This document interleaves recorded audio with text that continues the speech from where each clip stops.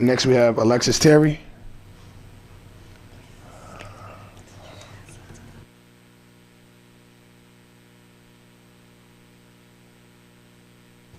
Press the button for me, Alexis, when you get a chance. Yep, we like that. Thanks. Good evening, everyone. My name is Alexis Terry. I'm with the Unhoused Activist Community Team. I'm here in support of 3 bills. The first 2 being HB 5260. Sorry, give me 1 second. The first one being HB 5260, that would decriminalize people for simply taking life-sustaining measures for survival on public lands. We're dealing with an affordable housing shortage, so the next logical step would be to empathize with folks despite their station in life. The other 2 bills I wanted to support are HB 5258 and SB 0257. Those are 2 bills that would enhance tenant protections under proposed new guidelines that would further define justifiable causes to evict long-term tenants, in addition to protecting tenants' rights to organize and be free of discrimination or retaliation for doing so. I have many friends, family, and neighbors who are struggling to find adequate housing after finding themselves on the losing ends of cruelty allowed by the state's current eviction laws. There is unfathomable, sorry, my mouth's a little dry, emotional and psychological turmoil that compounds on top of already pre-existing mental health histories when one is suddenly evicted without a reasonable cause. Many out-of-state property management firms know that these laws are filled with legal loopholes, and so they are essentially rewarded by the state when those loopholes are exploited, as long as they can bring in additional state funding. That punishes people who call any city in this state their hometown. I support HB 5260 that would, again, decriminalize people for simply taking life-sustaining measures needed for survival and quality of life on public lands.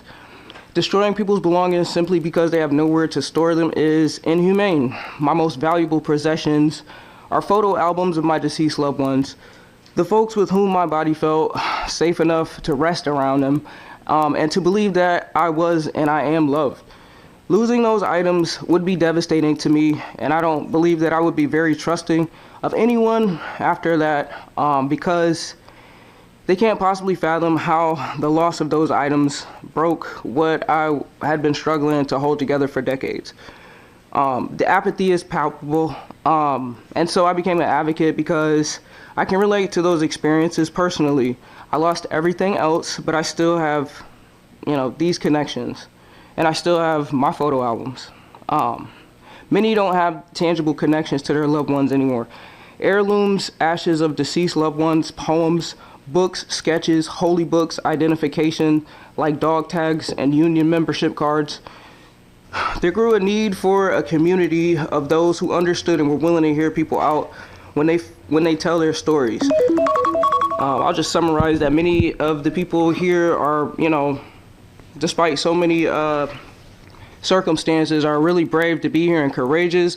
They believe in you all as representatives. They feel that they have the right to be representative, and I do as well. So the ball is in you all's court. I engage you to continue to reach out to us and build networks and have meetings with us. We have some good ideas. Or we could just spend another 3-4 years kicking the can down the road in terms of budget. And we can either be united as a country in name alone, or we can be united in action. So again, Connecticut could be in a position to lead other states and the country on different models if you would just hear us out and meet us where we're at. So as always, the emergency is tonight. Thank you. Thank you so much. We do have a question for you, Representative Sweet. Thank you, Chair Roberts. Thank you, Alexis, for being with us today. I just have a really simple question. So there are folks in this state that don't believe people are being arrested and ticketing for simply sleeping outside. you have a response to that. I mean, it's an unbelievable situation to even imagine. So I wouldn't expect anyone who's been kind of insulated from poverty conditions or whatever to really be able to empathize with that circumstance, or people who are going through that or who have been through that have that lived experience. So you all have the legislative expertise. We have the lived experience. Like, we can work together at this point because something's got to give. Yeah, I'm sorry.